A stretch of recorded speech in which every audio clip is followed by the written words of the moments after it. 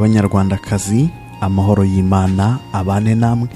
Banyarwandakazi, sosiyete ikomeje kwangirika kugera aho bikwiye ko hari hazajyaho nka Minisiteri y'Umuco gusa igamije gusana umuco ukomeje kubico kuri bamwe. Sinzi aho sosiyete iri kugana, gusa hari birakwiye ko hajyaho wa muco kurera abana hakoreshejwe igishari, kuko hari ibyo ubona ukabona hari byavuye mu butesi butuma abantu birara bakageraho bakora amahano. Ubundi tujya tubona inkuru z'abisha abantu bakabahohotera bagashyira amacupa mu myanya yabo y'ibanga. Twabona izo nkuru tugakuka imitima, gusa haje kugaragara umukobwa ariko ubwo ni n'umugore washyize icupa rya byeri mu myanya y'ibanga akimara kunywa iyo byeri. Uyu nta wundi rero ni Kwizera Emeline, yamamaye nka Baby Emeline, abandi bamuzi nk'Ishanga. Muramuzi niwe The Ben yakoreye ku Ishanga, byamamaye mu mpeshyi ya 2024. Abantu bakavuga bati The Ben kuki wakoze ku Ishanga ry'abandi, kuki wakoze ku mukobwa w'abandi. Ariko nyuma byaje kugaragara ko uyu mugore atoroshye, ahubwo The Ben koko ni mugisha Imana yaramurinze. Nyuma rero yuko uyu mukobwa ngo ni Kwizera agaragaye yifotoreje kuri The Ben, byabaye birebire cyane. Gusa we yavuze yuko nta kibazo kuba baramukoreye ku Ishanga. Navuga yuko ari umufana wa The Ben ukomeye, yewe naho The Ben agiye hose agenda amukurikiye yuko ari umufana, akavuga yuko ari umuntu we hafi cyane. Uyu mukobwa yahise amenyekana, abantu baranamukunda rwose. Gusa nyuma agenda agaragaza yuko ashobora kuba afite imico idashobotse, uko iminsi igenda isimburana akarushaho kwerekana yuko agomba kuba yarakuyeho agahu. Uyu mugore nyuma yaje kugaragara yasinze, yabandagaye mu muhanda, guhaguruka byamunaniye asaba yuko bamuhagurutsa. Icyo gihe yari yaborewe yasinze. Icyo gihe abantu barengejeho baravuga bati wenda ntacyo bitwaye. Rwanda ngo bamukubise igipimo kimwe gipima umuntu wanywenye bavuga batwara basinze. Igipimo cyari gibasi. Ubwo basanze yarwamije rugeza. Gusa noneho yaje kugaragara akora amahano atarigeze abaho, aho yagaragaye ashaka gukora inshingano z'abagabo ku bagore, agahohotera amacupa ya Bralirwa akayakoresha inshingano z'abagabo. Muri minsi gano ngo nagwa bakundana n'umuntu mudakora sex. Niko nsigaye mbyumva. Ni nako akenshi biri. Akinama nagira aba.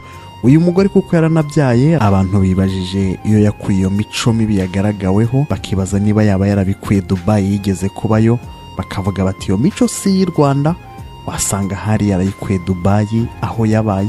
Mu mashuro bifashe baza gutana hanze, uyu mugore agaragara akora ibintu biteye isoni, aho nubwo yigeze kumvikana avuga yuko ngo adahuza n'abakobwa ngo kubera yuko ngo bagiranira amashyari, akavuga ko ahuza n'abahungu gusa ngo ntajya ahuza n'abakobwa.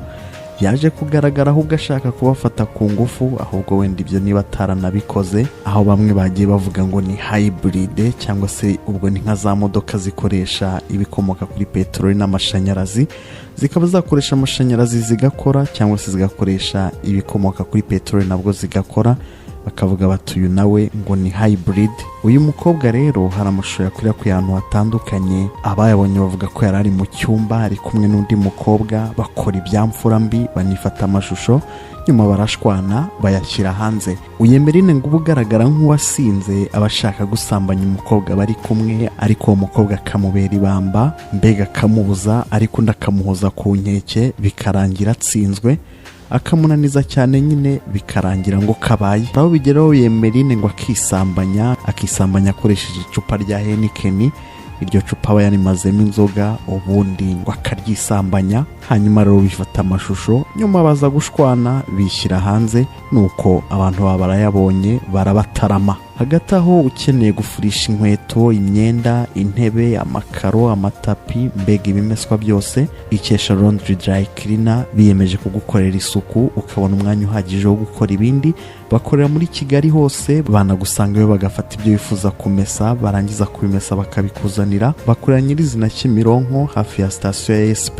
Ukabahamagara cyangwa ukabandikira kuri WhatsApp kuri nimero ubona kuri screen yawe. Ku mbuga nkoranyambaga hose bariyo ni Ikesha Laundry Dry Cleaner. Ibi rero byibutsa abantu ko sosiyete ikomeje kwangirika. Ibaza umukobwa nk'uyu ngo ni umu influencer, akifata amashusho nk'aya ari kumwe na bagenzi be, akagera washyira mu myanya myibarukire y'amacupa ya Bralirwa. Abayabonye bavuze ko ayo macupa ngo yanahenengeye, mbega nakumiro. gusa Imana ishimwe ko Mugisha The Ben uyu mugore atamugushije mu mutego kubera yuko byaje kugaragara yuko ari undi wundi. Gusa ibintu nk'ibi byibutsa abantu ko baba badakwiye kwifata amashusho y'urukozasoni, kuko abantu amashusho yabajya hanze akenshi nibo baba barayifatiye, ubundi nyine akajya hanze hanyuma bakaba bagira n'agahinda gasaze. Hari n'abiyahura kubera yuko nyine biba ari ibintu bigayitse, udafite umutima ukomeye birangira yiyatsa ubuzima. Abantu rero babonye amashusho batanze ibitekerezo bitandukanye, bakavuga ko hari abakobwa batewe n'imyuka y'ubusambanyi, ariko hari n'abasore nabo ngo bimeze uko, aho ubusambanyi bweze, aya nayo mpamvu sida ikomeje kuzamuka. Ikindi n'ubusinzi no mu bakobwa bwarazamutse, ibaze nyine kugeraho umuntu asinda akisambanyisha amacupa amaze gusindamo, yarangiza akifata amashusho, dore yuko abanavuga ati rwose ayo mashusho muyafate. Ukaba wibaza abazakomoka kuri uyu mugore, ukibaza abazabera abuzukuru, kandi akaba ari n'umu-influencer, ukibaza abantu yemfluencinga bikakuyobera. Ibintu nk'ibi rero bitera ingaruka zitandukanye, hari ukwiheba no kwiyahura. Muri Amerika hari n'uwiyahuye kubera amashusho yagiye hanze. Ibi byabaye vuba ahangaha, yanasize umwana n'umugore. Bivuga yuko rero abantu baba badakwiriye kwifata aya mashusho. Yewe murabizi nuko umugabo wa Katia nawe muri iyi minsi yavuzwe cyane, nabo ntabwo biboroheye kuko nyine umugabo yishyize hanze. Uyu rero Kwizera Emeline nawe amaherezo ye n'ibi bintu aba ari gukora by'amacupa, murumva yuko ni ikimwaro kigomba kuba kimuri ku maso. Abasore rero ibi bintu byibutsa yuko hari abasore bagomba kujya mu masengesho bakavuga rozari.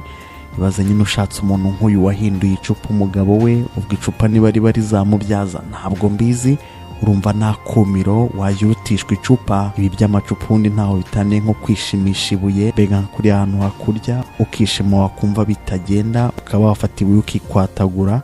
Ibi nabyo nyine ni nkabyo, dore ko ngo abayabonye ngo babonye yuko ngo yahagaga icupa nk'uhaga ipine rya fuso. Ibi nyine murumva nta kumiro. Ibaze rero umuntu wageze aho yisambanyisha amacupa, murumva niba hari umugabo wamushobora, kereka hari niba ari baritazari. Ariko nyine murumva ibibazo generasiyo turimo zifite, bikaba bisaba abakuru kwegera abatoya kubera yuko ibintu bikomeje gufata indi ntera. Uyu Emeline rero wakoze amahano, ubundi asanzwe akina filime, akaba ariko anahostinga mu tubari. Ubwo ni kuri abajya mu tubari hanyuma abantu bakaza bakanywa amayoga bakabataramira, ubundi akabari kakinjiza nabo bagahembwa. Akaba anakora n'ibiganiro bitandukanye ku mbuga nkoranyambaga zitandukanye. Akaba yaramamaye cyane ubwo The Ben yakoraga ku ishanga rye, akavuga yuko akunda The Ben, akaba n'umufana we kuva no mu bwana. Icyo gihe abantu bagiye banavuga yuko uyu mukobwa ari umukobwa udasanzwe, bakavuga bati The Ben kuki utaterese Emeline, bakanamugereranya n'umugore wa The Ben. Gusa nyine The Ben abazi kwitegereza, abazi kureba uzavamo umugore,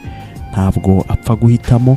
Nyuma rero yuko ibi bigiye hanze, abantu bahise bavuga bati The Ben ahubwo witonde utazagwa mu mutego, ukagushwa mu mutego n'uyu mugore wakoze ibintu by'amahano. Nibyo rero ibyo tubona inyuma bitandukanye niba biri imbere.